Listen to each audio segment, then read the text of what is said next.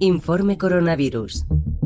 Bienvenidos a Informe Coronavirus, un podcast de la cadena SER que te mantiene informado de las últimas noticias sobre el coronavirus. Ha llegado el coronavirus para que repensemos la forma en la que hemos estado viviendo hasta ahora. ¿Seremos más conscientes de nuestra manera de relacionarnos con el entorno? ¿Tomaremos medidas para combatir la crisis climática? Estas son algunas preguntas que se hace Ruth Chaparro, subdirectora de la Fundación Caminos de Identidad en Colombia, una organización que además denuncia la situación crítica que están sufriendo las poblaciones indígenas de Brasil, Colombia y Perú por culpa de la pandemia. Nuestra invitada se llama Ruth Chaparro y es subdirectora de la Fundación Caminos de Identidad, la FUCAI, en Colombia. Es una fundación que trabaja junto con Manos Unidas en la defensa de esos pueblos indígenas de Colombia. Y nos atiende en directo desde Bogotá. ¿Cómo estás, Ruth? Buenos días. Buenos días para todos los oyentes de Cadena SER. Un saludo desde el otro lado del mar. Ay, con este saludo ya me has alegrado la mañana, con esa energía que tienes de madrugada en tu país, Ruth. ¿Cómo estáis viviendo allí la crisis sanitaria en Bogotá, Ruth? Bueno, aquí esta es una ciudad de 9 millones de habitantes, con una desigualdad enorme, donde no es igual para todo el mundo. Hay un 67% que no tiene las necesidades básicas satisfechas y esto pues nos pone contra la pared, nos lleva a tomar unas decisiones pues muy fuertes y a repensar la vida, ¿no? A repensar la forma como estamos habitando y cómo nos estamos relacionando y a tratar de salir vivos. Sí, porque es una situación dramática, pero tú has dicho una cosa que me ha llamado muchísimo la atención y que quiero que nos expliques. Es una frase, yo creo que bonita en el fondo, pero es dura de escuchar. Tú dices que el coronavirus ha venido a educarnos. Bueno, yo trabajo por muchos años con estas culturas indígenas y los he venido escuchando. Y parte de lo que dicen los abuelos es que este COVID-19 o coronavirus, como la humanidad lo ha llamado, es un pequeño ser que ha venido a darnos múltiples lecciones. Estas sociedades arrogantes que se inventaron un ritmo a toda velocidad, el todo vale, el acumular, contaminar, producir basura, después declarar crisis, guerras. Viene un diminuto ser y paraliza a la humanidad y le enseña por la fuerza lo que no ha querido aprender por la educación. Por ejemplo, por encima de los objetivos del desarrollo sostenible, por encima de los planes de desarrollo, por encima de todas las metas que nos ponemos, nos viene a imponer una agenda. Y este pequeño ser nos dice, vean, lo principal es la vida, y la vida para todo el mundo, no solo para unos, sino para todo el mundo. Segundo, la salud.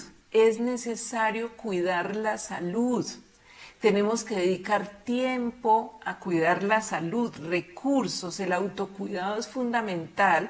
Cuidarme a mí significa cuidar a otros y cuidar a otros significa poder salir viva. Pero también en esa agenda nos dice que la familia es fundamental, que el hogar, que la casa, que quedarse en casa vale la pena, que tenemos una deuda con nuestras familias. Y también este pequeño ser nos pone en primer plano la desigualdad, la inequidad, la exclusión, el racismo, la arrogancia de unos seres humanos con relación a otros. Y nos dice que si no ayudamos a otros, nuestra vida está en peligro. Y por eso celebro tanto tener alianzas con organizaciones como Manos Unidas, que desde hace 60 años viene trabajando contra la desigualdad, contra el hambre. Y bueno, eso lo venimos haciendo también en Colombia de la mano con Manos Unidas. Este pequeño ser viene a hacer cambios culturales, nos enseña a saludar. A veces tenemos saludos por costumbre o por hipocresía. Aquí nos dice, paren, no se pueden seguir saludando de la misma forma. Nos enseña a bañarnos las manos.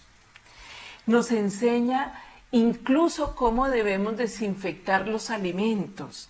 Entonces, yo creo que este maestro definitivamente está enseñando y ojalá tengamos la grandeza de aprender. Lo que está de por medio es la supervivencia de la especie humana como una especie inteligente, solidaria, capaz de corregir el rumbo.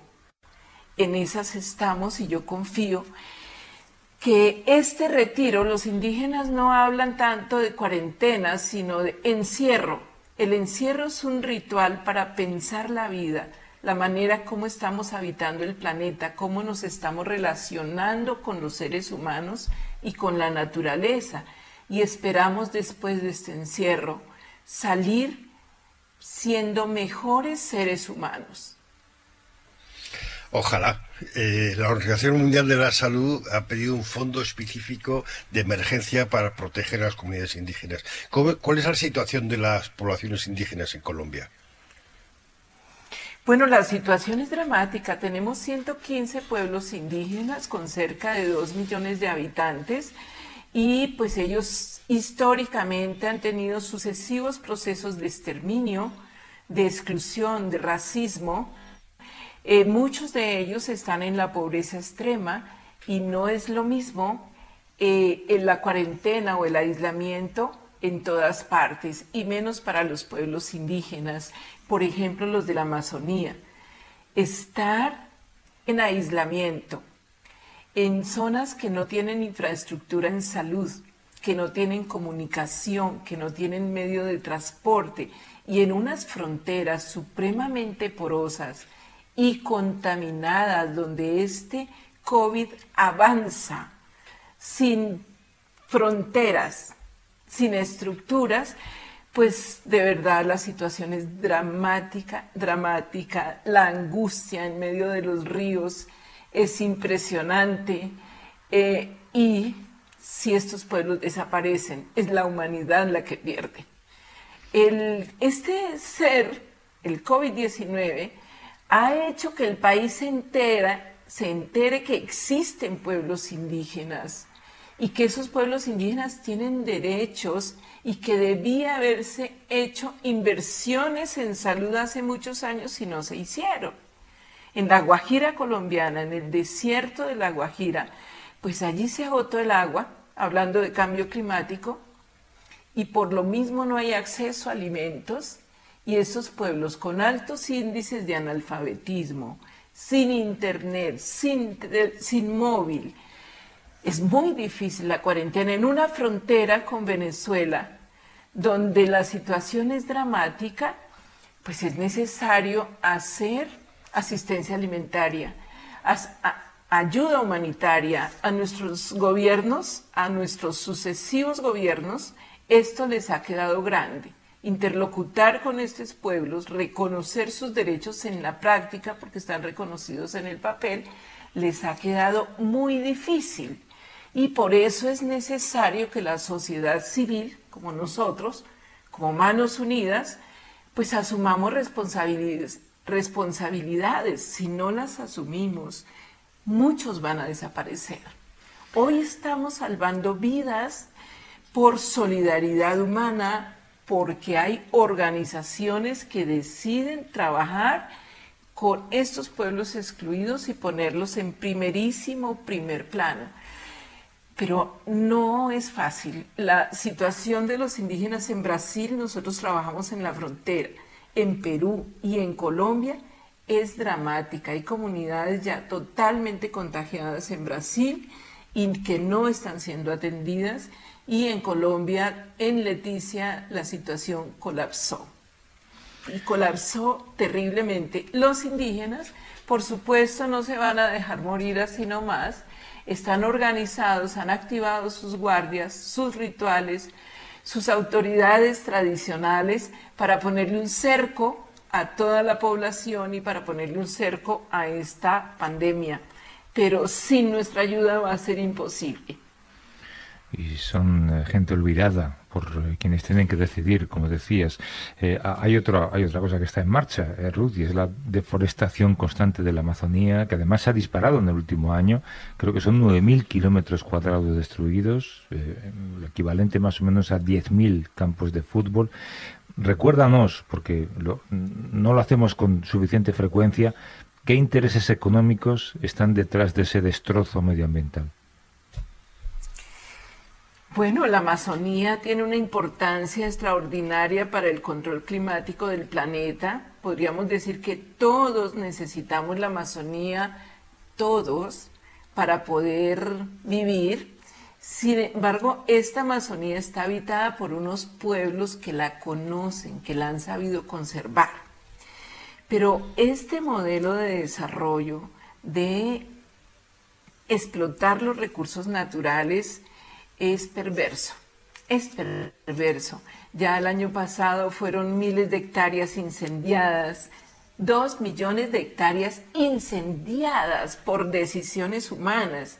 Y eso no ha parado. En Colombia, en los últimos 3 meses del año pasado, 28.000 hectáreas deforestadas de selva amazónica, porque hay intereses de otro tipo de explotación, por ejemplo la ganadería, por ejemplo la palma, digamos para sacar el aceite de palma, pero también la minería, el narcotráfico, y por eso es que estos pueblos indígenas parecieran estorbar, porque detrás de sus territorios hay recursos naturales, hay hidrocarburos, hay minería. Y este modelo de desarrollo el todo vale, si para sacar sus objetivos tiene que acabar con pueblos enteros, lo hace. Yo creo que todos tenemos la obligación de cuidar la Amazonía, de cuidar el planeta, de respetar los animales, de respetar las plantas. Estos pueblos son maestros en respetar la naturaleza. Estos pueblos nos hablan de equilibrio y de armonía, pero el mundo anda a una velocidad y con una arrogancia que eso no le permite aprender. Entonces, hemos llegado a acuerdos con múltiples países para preservar la Amazonía, se habla de movimientos ambientalistas, pero muchas cosas se quedan en el papel, en encuentros y más encuentros, en reuniones y congresos, pero sembrar. Nuestra organización, la Fundación Caminos de Identidad, pues tenemos 4.000 hectáreas sembradas con pueblos indígenas, aumentando el bosque, evitando la deforestación, pero esto es nada frente a estas políticas devastadoras. Necesitamos resetear el cerebro de quienes dirigen los países y de quienes dirigen el mundo. Tenemos que cambiar ese tipo de seres humanos que nosotros como sociedad hemos producido. Sí, buena suerte con eso, Ramón. Sí, primero habría que colocarles un cerebro, después ver cómo se resetea. Colombia es un país especialmente peligroso, es un país que ha salido de una guerra múltiple en el que todos han sido víctimas de un montón de actores. Todavía sigue siendo un país peligroso para el activismo, ¿no? No, pues la verdad nos duele el alma. Este es un país extraordinario, un país de verdad de los más felices del mundo y sin embargo uno de los más violentos. Hemos hecho un esfuerzo enorme por sacar adelante unos acuerdos de paz para no matarnos entre nosotros mismos y sin embargo la barbarie sigue. Es vergonzoso decir que en lo que va corrido del año, 95 líderes sociales han sido asesinados y que eso quiere decir que cada 1.2 días se asesina a un líder social en el año 2020 en Colombia. Y eso no se detiene en la cuarentena. Se siguen asesinando los líderes sociales, muchos de ellos desvinculados de las FARC, que llegaron a un acuerdo de paz, pero también los indígenas. De los 95, 28 indígenas asesinados, pero también ambientalistas, también sindicalistas, también líderes de las juntas de acción comunal, y ha habido una incapacidad enorme para proteger su vida. Es vergonzoso. Estos acuerdos de paz que se lograron con muchísimo dolor, pues no hay un compromiso serio y definitivo de este gobierno para sacarlo adelante. Duele muchísimo, muchísimo, que mientras nosotros nos rompemos el cuero para buscar que la gente tenga comida o que tenga un tapabocas o que la gente pueda tener lo elemental para salir viva, este gobierno se gaste 3.000 millones de pesos de los recursos de la paz para mejorar la imagen del presidente a través de las redes sociales. ¡Ay, por Dios! Sí. Intentamos pasar la página, trabajamos duro para hacerlo, pero no es fácil.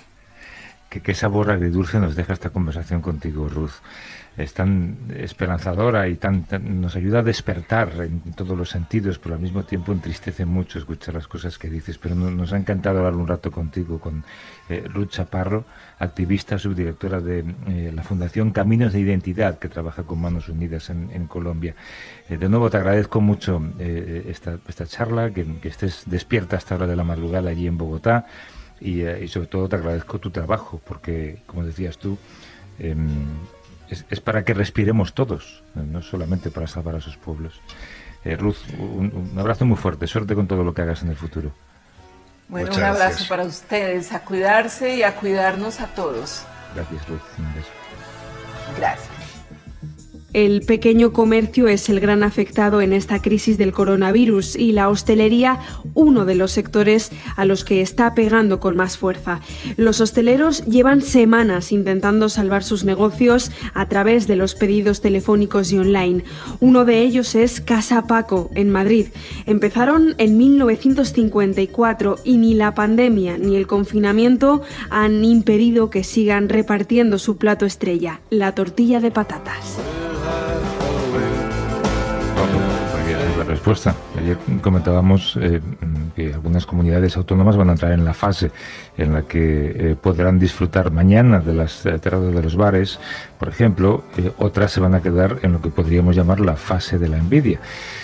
La hostelería está siendo uno de los sectores económicos a los que esta crisis está siendo más cruel, a los que está atacando con más crueldad. Es un sector que calcula que en torno a 85.000 bares y restaurantes podrían quedarse por el camino, podrían cerrar.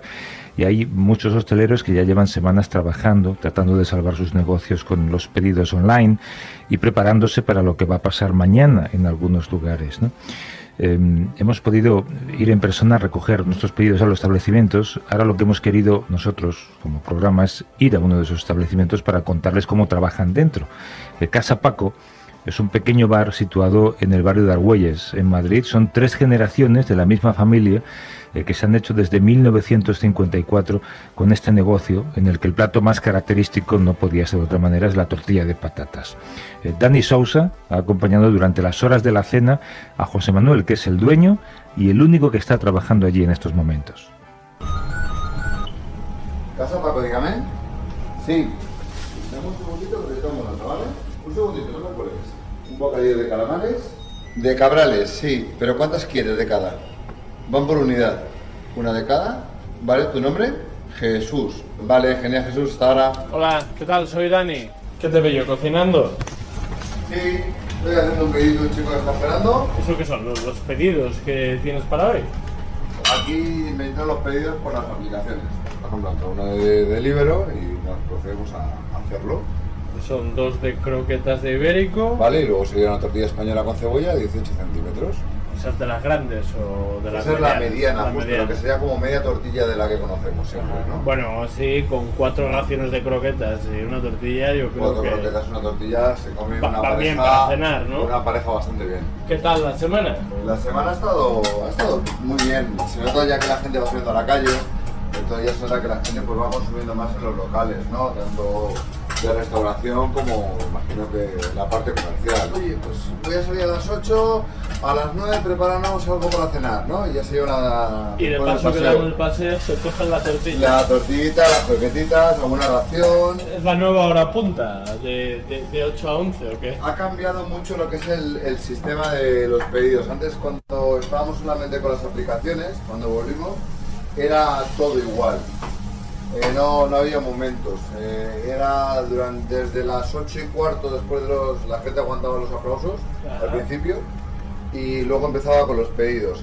Ahora tienes los pedidos de las 8:30, a las 10 paramos. Ajá. Y luego a partir de las 11 menos cuarto, 10:30, 11 menos cuarto, ya empiezan a sonar los pedidos, pero a domicilio. ¿Jesús, que te ha llamado por el bocata de calamares, va a venir a recogerlo aquí o sí, viene a recogerlo, sí. Oye, te veo con muy buen ánimo, que últimamente es complicado encontrar a hosteleros con buen humor. Es una sensación rara. Por un lado estás contento porque esta semana la verdad es que ha sido bastante, anímicamente ha sido bastante subidón, ver a la gente en la calle, ¿no? Llevamos casi un mes sin ver a nadie por las calles. La gente mayor vuelve a salir a la calle. Eso da mucho gusto. Ver a la gente que conoces de toda la vida es un gusto. Verla pasear otra vez y que te saluden. Por otro lado, pues esto es duro. Es duro. Al final hemos tenido que tomar la decisión de venirme yo solo durante los 7 días de la semana a trabajar. ¿Cuánta gente trabajabais aquí normalmente? 10 personas. 10 personas. Y ahora estás tú solo. Ahora estoy yo solo. Pero con previsión de que alguien más te venga a ayudar en las próximas semanas. Depende de las situaciones y de cómo vayamos evolucionando. Nosotros no tenemos terraza, o sea que no tenemos previsión de abrir por terraza. Hay que estar pacientes, hay que estar controlados. Pero uno de los planteamientos del ayuntamiento es precisamente que los hosteleros, ¿no?, podáis sacar terrazas a las plazas de aparcamiento. Hasta que no digan definitivamente qué es lo que ellos van a hacer, no podemos esperar nada. Empezamos con un 30% de terraza, vamos por un 50%. Empezamos con un 30% de ocupación y vamos por un 70%, el 20 y tantos de mayo. Vamos a hacer el pedido de Jesús, que si no, va a llegar al final, esto es volver a trabajar por dos razones. Una que es la económica y otra es la social también. Aquí, el día justo antes de irnos, un señor que viene a comer todos los días vino, yo ya había cerrado, eran las 10, las 12 de la mañana, vino a comer, no había cerrado.